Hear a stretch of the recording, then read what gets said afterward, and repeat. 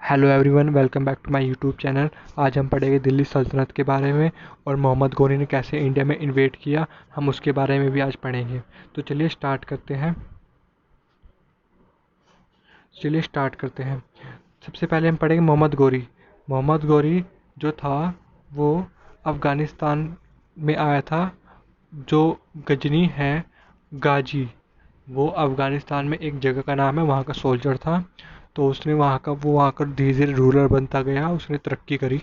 तो वो इंडिया में फर्स्ट टाइम इन्वेड करता है। तो उसकी लड़ाई पहली बार इंडिया में पृथ्वीराज चौहान जी से होती है, जो बैटल ऑफ टेरेन भी कहती है, जो पहली बैटल ऑफ टेरेन भी होती है। तो पहली बैटल ऑफ टेरेन में मोहम्मद गौरी हार जाता है बुरी तरह। तो वो वापस जाता है, वो एक साल के बाद दोबारा इंडिया में इन्वेड करता है और सेकंड बैटल ऑफ टेरेन में वो पृथ्वीराज चौहान को हरा देता है। पृथ्वीराज चौहान जी हारते इसलिए है क्योंकि जो आज के उत्तर प्रदेश में जो राजा थे उस टाइम के, उन्होंने उनका साथ बिल्कुल नहीं दिया था। इसके काफ़ी रीज़न माने जाते हैं। उसमें रीज़न ये है कि जो वहाँ की उनकी डॉटर थी, उनको पृथ्वीराज चौहान जी से प्यार हो गया था और वो भाग गई थी, इसलिए डॉटर के जो फादर थे उन्होंने उनकी मदद बिल्कुल भी नहीं की थी। वो बदला लेना चाहते थे। इनफैक्ट ये भी बोला जाता है कि मोहम्मद गौरी को इंडिया में आने के लिए सबसे पहले उन्होंने ही, जो यूपी में है, उन्होंने ही खत भेजा था कि वो इंडिया में आए और पृथ्वीराज चौहान को हराएं। तो चलिए अब शुरू करते हैं कुतुबुद्दीन ऐबक के बारे में। जो कुतुबुद्दीन ऐबक थे ना, वो कौन थे? वो स्लेव थे मोहम्मद गौरी के। तो मोहम्मद गौरी को तो लड़ाई करके जीत के दिल्ली को वापस चले गया। उसने दिल्ली का इतना इलाका जीता है, देखिए आप, ये बस उसने दिल्ली का, ये मैप में आप देख सकते हैं, उसने दिल्ली का ये इलाका जीता। तो फिर वो वापस गाजी चले गया, लाहौर की तरफ। तो फिर उसने क्या किया, वो अपना स्लेव छोड़ गया दिल्ली में, जिसको कुतुबुद्दीन ऐबक कहते हैं। कुतुबुद्दीन ऐबक मामलुक डायनेस्टी के फाउंडर भी है, वो स्लेव डायनेस्टी के फाउंडर भी कहलाते हैं। जो कुतुबुद्दीन ऐबक है, उनका टाइम पीरियड 1206 से लेकर 1210 तक है, जो कि 4 साल का है। वो एक स्लेव है मोहम्मद गौरी के, मतलब मोहम्मद गौरी के नौकर है, एक लॉयल नौकर जिसे बोलते हैं। उन्होंने कुछ, जो दिल्ली में कुतुब मीनार है, उन्होंने उनकी कंस्ट्रक्शन भी करवाई। तो ऐसे कुतुबुद्दीन ऐबक की मौत हो जाती है 4 साल बाद। वो घोड़े से गिर जाते हैं, उनकी मौत हो जाती है। तो जो एसएससी का पेपर है उसमें कुतुबुद्दीन ऐबक के बारे में ज़्यादा कुछ नहीं पूछेगा, उसमें बस यही पूछेंगे कि कुतुब मीनार की कंस्ट्रक्शन कितने स्टार्ट करवाई, तो कुतुबुद्दीन ऐबक ने। और स्लेव डायनेस्टी के फाउंडर कौन थे? कुतुबुद्दीन ऐबक। तो चलिए स्टार्ट करते हैं इल्तुतमिश पे। इल्तुतमिश, वो इल्तुतमिश जो है वो सन इन लॉ है ऐबक के। जो ऐबक की वाइफ है, जो ऐबक की डॉटर है, उसके साथ कुतुब इल्तुतमिश की शादी हो गई थी। जो मंगोल पॉलिसी, इल्तुतमिश के काम क्या कहते हैं, चलिए इल्तुतमिश के काम पे ध्यान नज़र मारते हैं।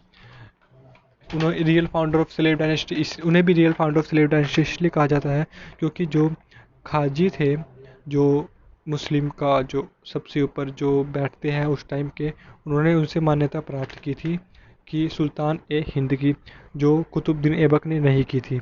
तो चलिए इल्तुतमिश के बारे में और जानते हैं। जो ये आपको ये मैप दिख रहा है नीचे, ये मैप में जो आपको मैप दिख रहा है, ये ना दिल्ली का मैप है उस टाइम का। तो इस टाइम क्या था कि ये नॉर्थ वेस्ट फ्रंटियर आप देख रहे हैं मैप में, यहाँ से इनविटेशन बहुत होती थी। यहाँ यहीं से जो सारे लोग आते थे, ये तीनों, दोनों तरफ से तो समुंदर से घिरा हुआ है, तो यहीं से इनवाइट होएगा, कोई कोई भी आएगा। इनफैक्ट अंग्रेज़ों को भी यही डर था कि कौन यहाँ से आएगा। तो यहाँ पे मंगोल्स थे, देखिए दिख रहा है आपको मैप में मंगोल्स, यहाँ पे मंगोल्स थे। तो मंगोल्स क्या करते हैं, मंगोल्स बार बार ये कभी इंडस क्रॉस करके, सतलुज क्रॉस करके, रावी क्रॉस करके, झेलम क्रॉस करके वो इन्वेड करके लूट के चले जाते थे। तो इल्तुतमिश इधर से भी घिरा हुआ था, और जो यहाँ के राजपूत रूलर थे इनसे भी घिरा हुआ था। बंगाल में जो खलजी रूलर्स थे उनसे भी घिरा हुआ था, और जितने भी नॉर्थ साउथ के रूलर्स थे, हिंदू रूलर, वो उनसे भी घिरा हुआ था।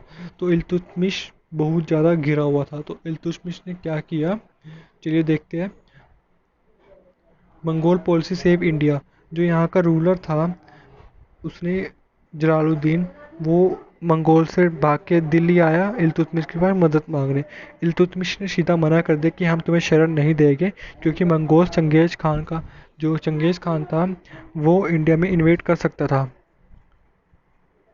तो चंगेज़ खान बहुत लोग मानते चंगेज़ खान ने इसलिए भी इन्वेड नहीं किया कि वो बुद्धिस्ट था और इंडिया में भी बुद्धिज़्म उस टाइम पे पीक पे था।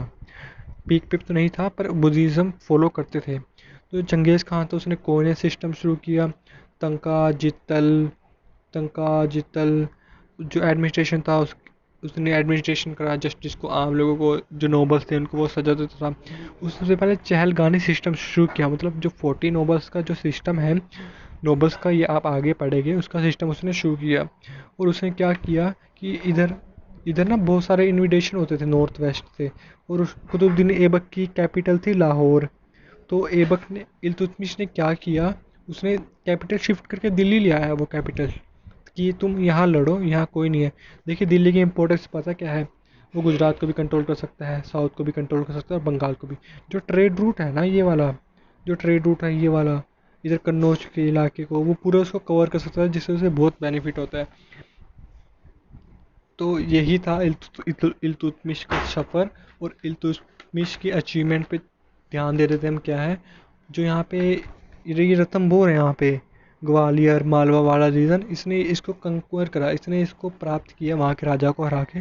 और थर्ड बैटल ऑफ टेरेन, जो फर्स्ट बैटल तो पृथ्वीराज चौहान और मोहम्मद गौरी के बीच में हुई थी, सेकंड भी इनके बीच में हुई थी, पर जो थर्ड बैटल है ना यलदोज और इल्तुतमिश के खिलाफ हुई थी।